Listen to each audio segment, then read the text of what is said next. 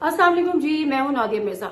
बहुत दिन से सोच रही थी कि इस बजट पर आपसे बात नहीं हुई, तो बहुत सारा कुछ है जो कुछ आपको बताना है, जो कुछ आपसे कहना है, दिल का गुबार हल्का करना है। बेसिकली बजट आना था 5 जून को, उसको कर दिया इन्होंने 10 जून। बताया कि क्या कि जी पीपल्स पार्टी के साथ बहुत सारे उमूर पर उनको एतमाद में लेना है, लेकिन खबरें ये भी हैं ऐसा कुछ नहीं है, एतमाद में लिया जा चुका है, सारी चीजें तय है, कोई ऐसा मामला नहीं है। 28वीं आईनी तरमीम तो अभी आ भी नहीं रही, जिसके बार बार जिक्र करके बिलावल भुट्टो जरदारी साहब अपनी इलेक्शन कैंपेन गिलगित बल्तिस्तान के जो कैंपेन है उसमें लगा रहे हैं इलेक्शंस पर।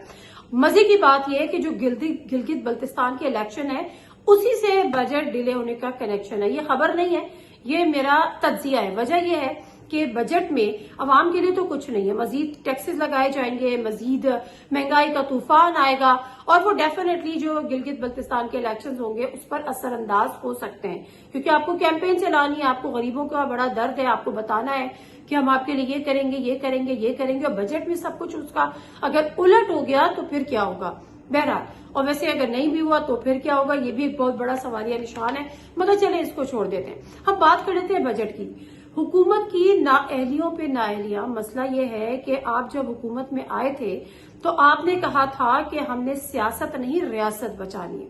आप अपनी सियासत तो नहीं बचा सके, बहुत सारी उसकी वजूहात है जो मैं आपको बता सकती हूँ, लेकिन अभी थोड़ा सा मुख्तसर बात ही करती हूँ, क्योंकि अगर आपने सियासत बचाई है तो आप गैर जमाती इंतखाबात की पंजाब में बात नहीं करते जो बल्दियाती होने हैं। आप जमाती इंतखाबात पे बल्दियाती इंतखाबात करा लें, और वो भी आप करा लें साफ और शफाफ, तो फिर पता चलेगा। खैर एनीवेज, इसको भी साइड पे हटा देते हैं। अभी बजट में अवाम के लिए क्या है, सिवाय महंगाई, सिवाय नए टैक्सेस।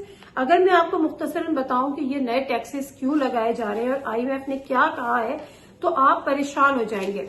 लेकिन बहरहाल जो हकीकत है वो तो हकीकत है, उसको तो कोई बदल नहीं सकता।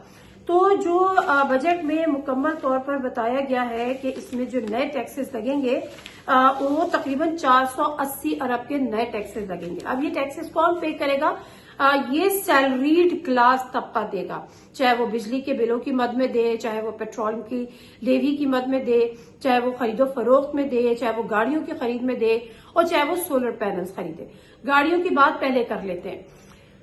दुनिया इधर जा रही है और हम इधर जा रहे हैं। हमारा मसला पता है क्या है? हमारा मसला ये है कि जब हम ये देखते हैं कि अवाम का रुझान इधर है, अवाम की कुव्वत खरीद अवाम के अंदर पैदा हो गई है, अवाम इस तरह स्विच करने का सोच रही है, रुझान बढ़ रहा है, तो हम फौरन सोचते हैं कि यही बेहतर अपॉर्चुनिटी है पैसा कमाने की, हुकूमती खजाने भरने की और अवाम को मजीद तकलीफ देने की।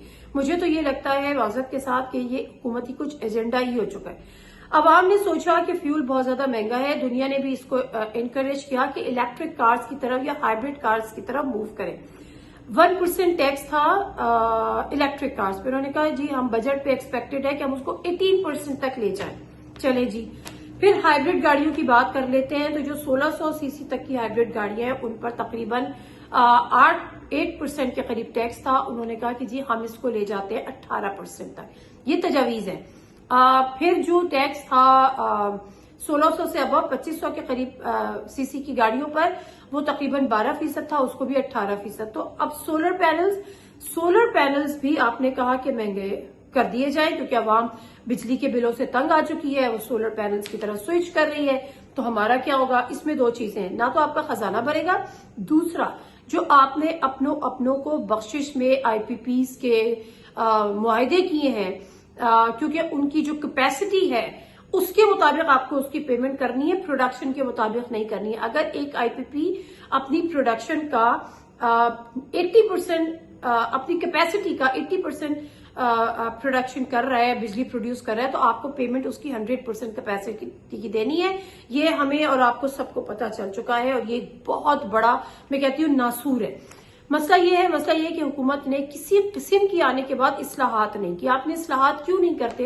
क्योंकि आपके अपने मफाद, जो असेंबलीज में बैठे हुए हैं, जो हमारी एलीट क्लास है, उनके अपने मफादात आड़े आ जाते हैं। फॉर एग्जाम्पल, आप इस्लाहात नहीं करते कि एग्रीकल्चर टैक्स पर भी जो है वो एग्रीकल्चर इनकम पर भी टैक्स होना चाहिए। आप नहीं करते, आप क्यों नहीं करते? बावजूद इसके कि आईएमएफ ने आपसे कहा हुआ है, आपको ये तो याद आ जाता है कि ओह आईएमएफ ने कहा है पेट्रोल की कीमत बढ़ानी है, आईएमएफ ने कहा है बिजली की कीमत बढ़ानी है, आईएमएफ ने कहा है कि गैस की कीमत बढ़ानी है, लेकिन आपको ये बिल्कुल भूल जाता है कि आईएमएफ ने कहा था कि एग्रीकल्चर इनकम पर टैक्स भी लगाना है।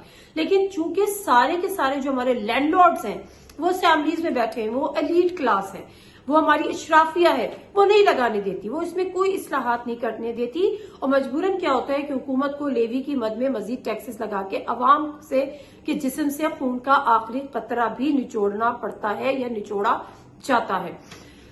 हम बार बार ये बात करते हैं, 50,000 दफा ये बात कर चुके हैं, और हुकूमत इसको सुन के अनसुनी कर देती है। मुझे हैरत ये, और फिर जवाब ये देती है कि जी हमें लोग टैक्स नहीं देते तो हमें, यार लोग कितना टैक्स दे, लोग सेल्स टैक्स भी दे, लोग जीएसटी भी दे, लोग जो है वो आपके कैपेसिटी चार्जेस भी दे, लोग जो आपकी बिजली चोरी होती है लाइन लॉसेस उसके चार्जेस भी दे। मतलब आवाम को आपने क्या समझा हुआ है?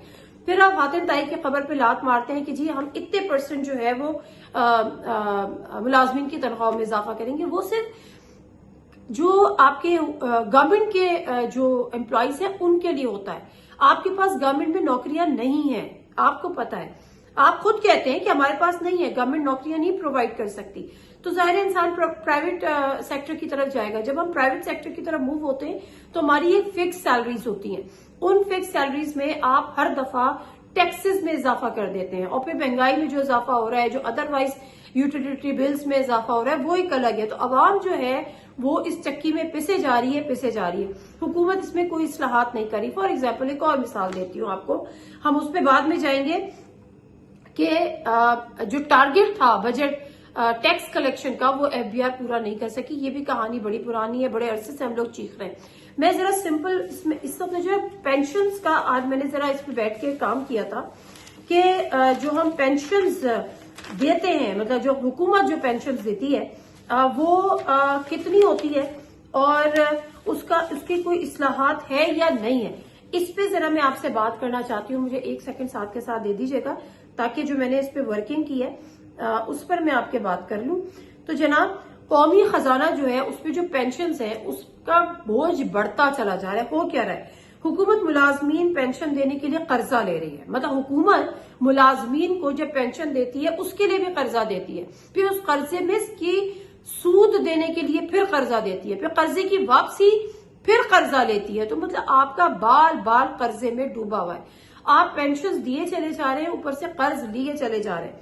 मुख्तसर सी बात बताऊं, अच्छा इसका कोई हुकूमत के पास कोई पूल नहीं है, कोई ऐसा फंड नहीं है कि जो पेंशन के नाम पे जमा होता हो और जब वो मुलाजिम जो है वो रिटायर होता है तो फिर उसको वो पेंशन दी जाती है, ऐसा कोई इंतजाम नहीं है। इसलिए हर बजट में पेंशन फंड यानी पेंशनर्स के लिए एक अलग रकम एलोकेट की जाती है कि जी ये आप इसमें से आप उस साल की पेंशन दी जाएगी।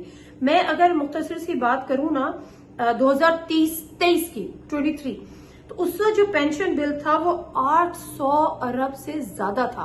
कैन यू इमेजिन, 800 अरब से ज्यादा था, और जो हर साल इसमें 25 से 30% इजाफा हो जाता है। अब आप मुझे बताएं कि एक गरीब मुल्क जो कर्जा लिए जा रहा है, जो चली कर्जे पे रहा है, वो 800 अरब पेंशन की मद में दे रहा है। फिर जब हम ये बात करते हैं ना कि वफाक कंगला है, तो वफाक इसलिए भी कंगला है। फिर आगे बढ़ जाते हैं और बात करते हैं जो हमेशा से बात कर रहे होते हैं बीआईएसपी प्रोग्राम। जब मैं बीआईएसपी की बात करती हूँ तो पीपल्स पार्टी को बहुत बुरा लगता है, बजाय इसको समझने की कि भाई मसला ये नहीं है, मसला ये है कि जिस सिंपल सी बात है, खत्म ना करें। जिस सूबे का आपके जो लोग हैं बेनिफिशियरी हैं बीआईएसपी फंड के, वो सूबा उनको दे दे तो वफाक पे बोझ नहीं पड़ेगा। लेकिन बहरहाल ये तमाम चीजें हैं, तो बजट से तो हमें किसी किस्म की कोई उम्मीद नहीं है। हाँ, अलबत्ता मजीद मुश्किलात में इजाफा होगा, इस्लाहात किसी किस्म की नहीं है।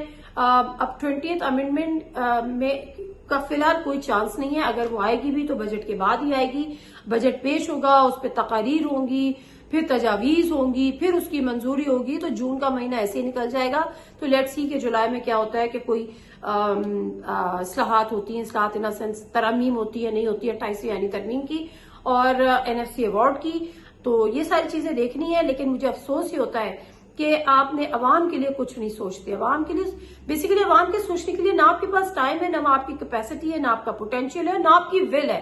तो जी ऐसे जीना है, ऐसी जीने की आदत बना लीजिए, इसके अलावा कुछ नहीं कहा जा सकता। Thank you ji, thank you very much.